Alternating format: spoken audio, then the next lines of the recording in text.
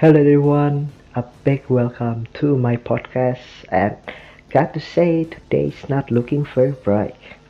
In fact, it's been the opposite in the last couple of days or weeks I should say. The weather was not the friendliest as they say, but no matter, because today I want to dive into some deep topics. Today I'm going to rediscover or retrace the steps that led me here and try to see where they could lead me about 20 years in the future or so. And so, ladies and gentlemen, get comfy, sip your coffee, and plug in your headset. Then, without further ado, enjoy the podcast. So, let's review my journey first, shall we? Step back in high school. I'm what's called an introverted person. I was trying to be low profile and those who I'm familiar with is only a couple of person.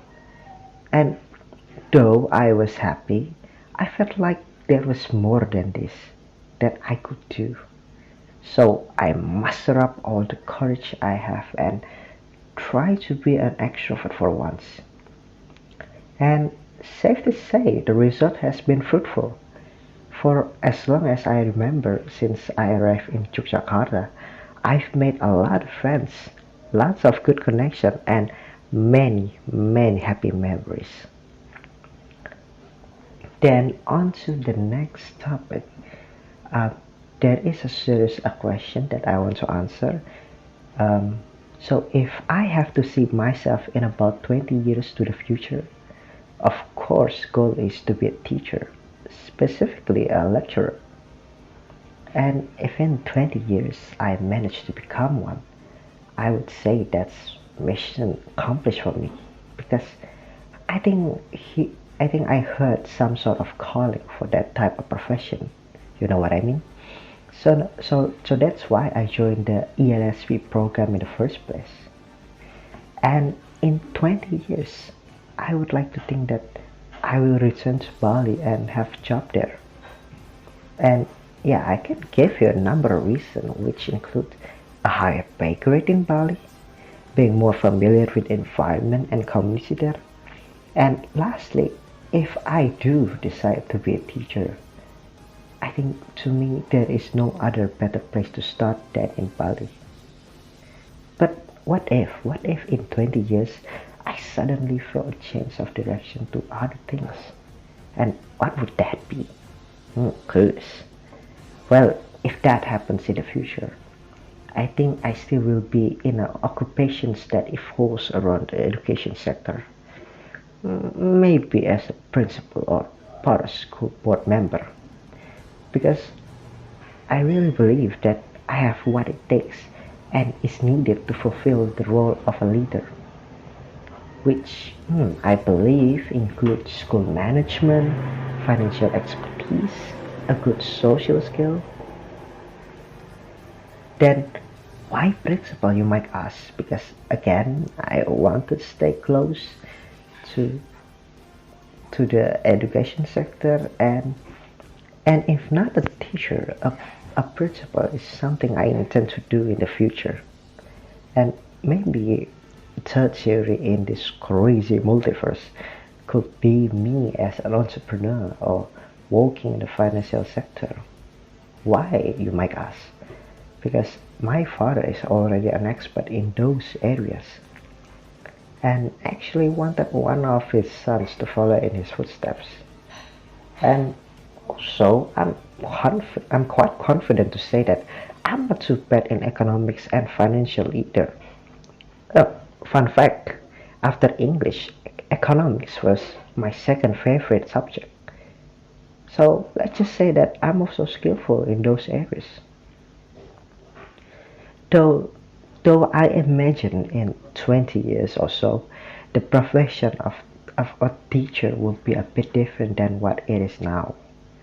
Well, as we know, technology can only be a progress, therefore always moving forward.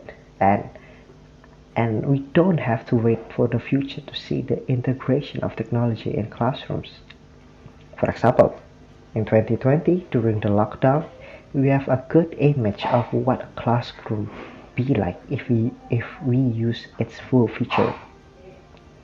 By utilizing Zoom and Google, we were able to bring the classroom to our homes, to our houses.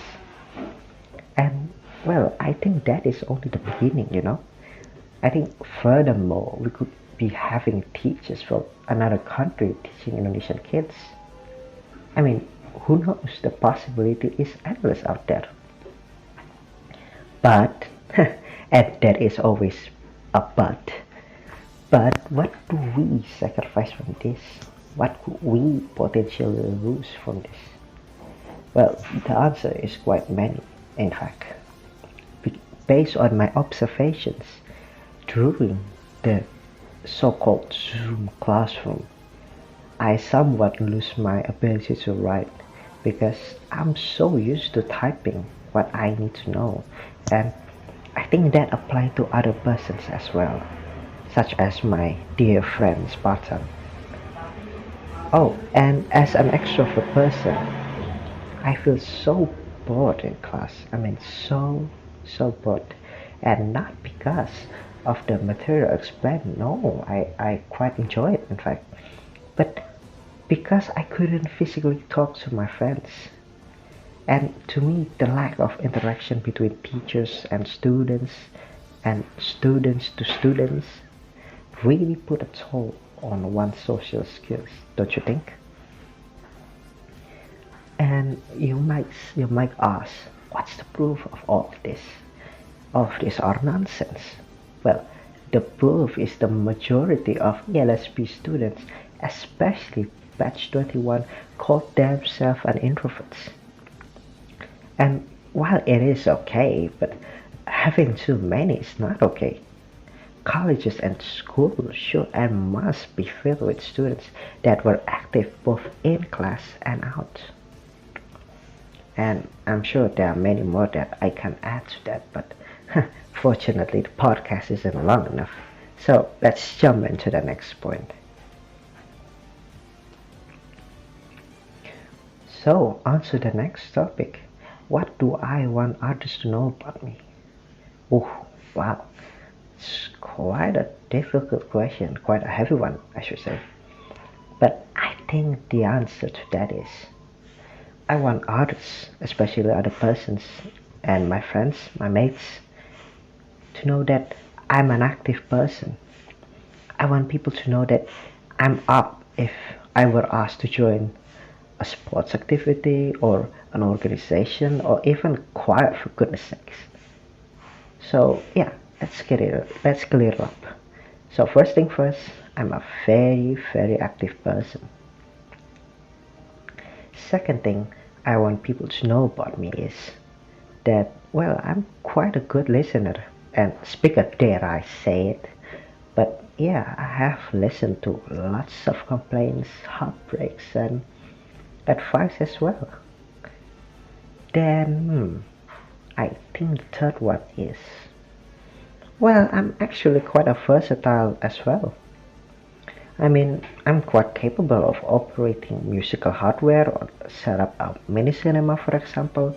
And not only with technology, I'm also quite good at speaking myself.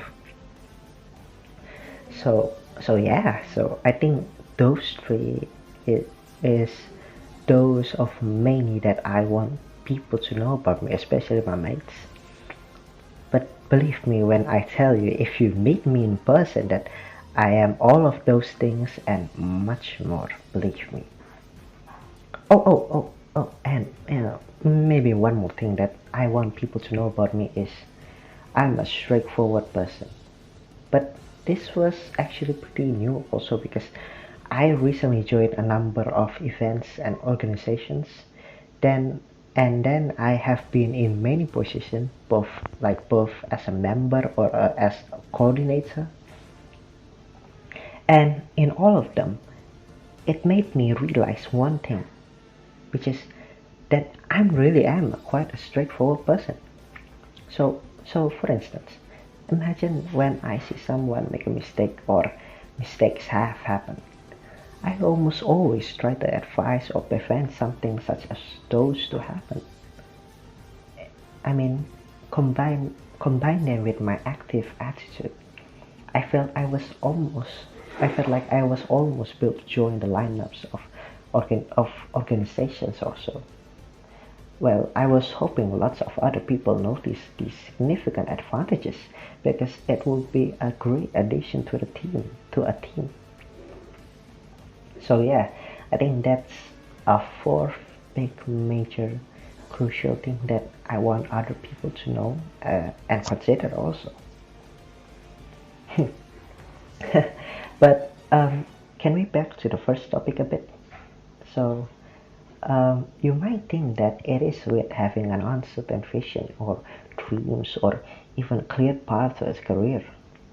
But in my point of view, having some sort of backup plan or an alternative path is much more crucial rather than really pushing into this one great goal.